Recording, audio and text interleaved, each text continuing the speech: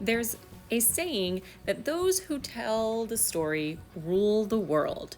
In this project, my students and I explored that idea. We looked at who is telling the story, who decides what history is. My name is Alexandra Powell, and this is Who Tells the Story. I teach 7th grade world history at H.G. Hill Middle School in West Nashville. It's home to about 700 or so of the 86,000 students that are in Metro Nashville Public Schools. I was really lucky to have the 7th graders that I had this year because they were on board with me from day one.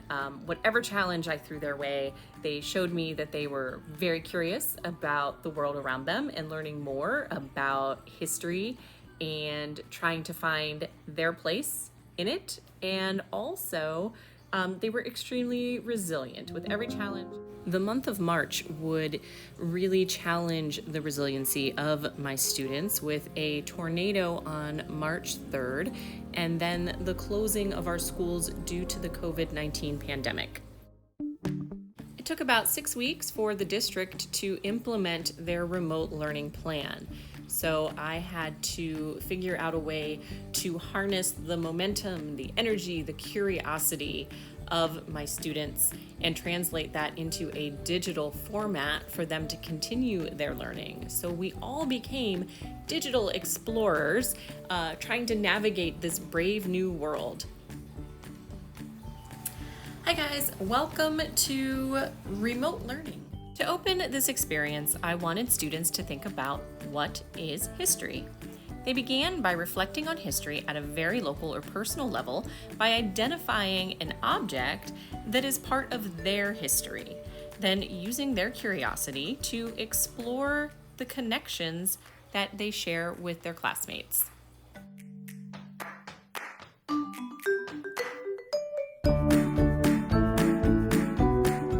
Next, we expanded our look at history by using National Geographic's Explorer Classroom. Students watched as Yazan Kapti explained how he is working to fill in the gaps in the archives about historic Palestine. Students were thrilled that the work they are doing was called out in the video. They were both surprised and excited to think about all the stories and history around the world that haven't been told. Now that students are feeling anything from mild curiosity to gross injustice about untold history, we put it into the context of the age of exploration.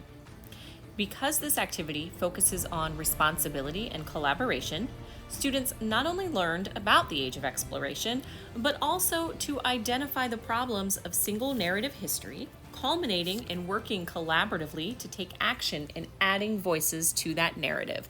So by looking at Columbus Day versus Indigenous Peoples Day, what, if anything, can we do to raise our voice? Do you think that you have a responsibility to do something? Yeah, I think so. It can just be hard sometimes. Why hard? Because when you're young, people don't necessarily take you as seriously. There were a lot of variables and things that I was not prepared for going into remote learning, but the National Geographic's framework really provided me with guidance and scaffolding for how to translate a lot of what I do in the classroom naturally into an online version. So moving forward next year, I'm actually going to be moving up to 8th grade with all of these students, so I will have them all over again next year. So I think this is going to be a great starting place to help them center the ideas. You know, when we start 8th grade history, we start with colonialism. We talk about the revolution. We talk about the Civil War. So there is a lot of depth and a lot of things that I can do to continue the lesson that I started here straight into American history. Student impact is harder to gauge because during remote learning, participation was optional, so only about 20% of my students took part. But no one saw the events of this summer coming, but I know that my students are watching. They are seeing the impact of people raising their voice and the changing narrative in real time. So when we come back in August, we will be reflecting on exactly what happened in Nashville and across the country over the summer. As a history teacher, I strive to show my students that history is not static. It's not a fixed set of events. It constantly changes and is reshaping the way that we know our current life. And 2020 is full of examples of how that happened. So when I see my students again in August, I will be using the National Geographic Framework and all of the resources that I discovered through the National Geographic Certification Program to help make that personal connection to history, and then to empower my students to raise their voices and change the narrative to be so much more inclusive. So thank you for watching.